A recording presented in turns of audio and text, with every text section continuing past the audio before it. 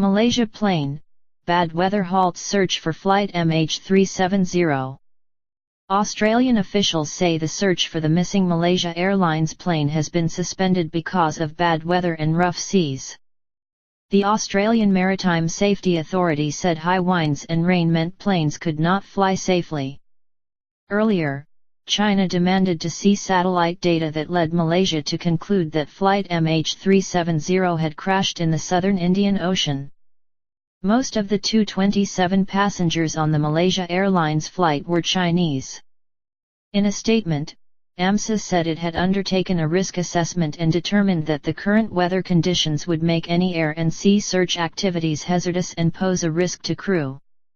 Therefore, AMSA has suspended all sea and air search operations for today due to these weather conditions, it said.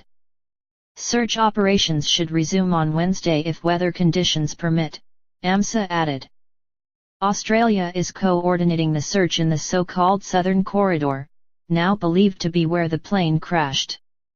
Relatives skeptical. Earlier, Chinese Deputy Foreign Minister Xie Hangsheng asked for detailed evidence after Malaysian PM Najib Razak said satellite data showed the aircraft had ended its journey in remote seas west of Australia.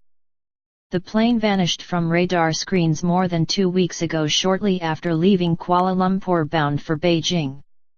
Despite Mr. Najib's statement, some relatives of the Chinese passengers said they were skeptical of the conclusions as the plane has not yet been found. We demand the Malaysian side state the detailed evidence that leads them to this judgment as well as supply all the relevant information and evidence about the satellite data analysis. Mr. Xie said, according to a statement on the ministry's website. The search and rescue work cannot stop now. We demand the Malaysian side continue to finish all the work including search and rescue, he added. Mr. Najib in a somber late-night news conference in Kuala Lumpur said the conclusion had been reached after fresh analysis of satellite data tracking the flight. It was based on new analysis by British satellite firm Inmarsat, which provided satellite data, and the UK's Air Accidents Investigation Branch AAIB. The firms have concluded that MH370 flew along the southern corridor, and that its last position was in the middle of the Indian Ocean, west of Perth, Mr. Najib said. This is a remote location, far from any possible landing sites. It is therefore with deep sadness and regret that I must inform you that, according to this new data, flight MH370 ended in the southern Indian Ocean. There were distressing scenes at a Beijing hotel where relatives of the missing watched Mr. Najib's announcement on TV. Some, overcome with grief, were taken away on stretchers by medical teams. Text message sent to families by Malaysia Airlines saying it had to be assumed beyond reasonable doubt that the plane was lost and there were no survivors. The airline said it had informed most families in advance of the Prime Minister's statement in person and by telephone, and that text messages were used only as an additional means of communicating with the families. Tom Wood, the brother of missing U.S. passenger Philip Wood, told the BBC he would still like to see more proof. People are using the terms "we are absolutely certain that the plane crashed," and yet when you go to ask questions they don't have any wreckage, he said. How can you 100% certain if you don't have anything recovered? A huge international search operation has been taking place in the southern Indian Ocean more than 1,500 miles off the southwest coast of Australia.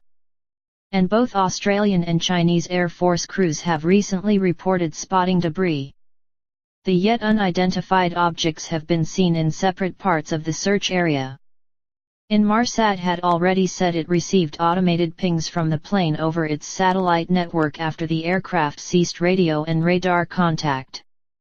On Monday, Mr. Najib said Inmarsat had been able to shed further light on the plane's flight path by performing further calculations using a type of analysis never before used in an investigation of this sort. According to Inmarsat, this involved a totally new way of modeling, which was why it took time. Inmarsat told the BBC the new calculation involved crunching more data and that engineers spent all weekend looking back at previous Malaysia Airlines Boeing 777 flights. They compared the satellite data from those flights with flight MH370 and were able to work out that it went south.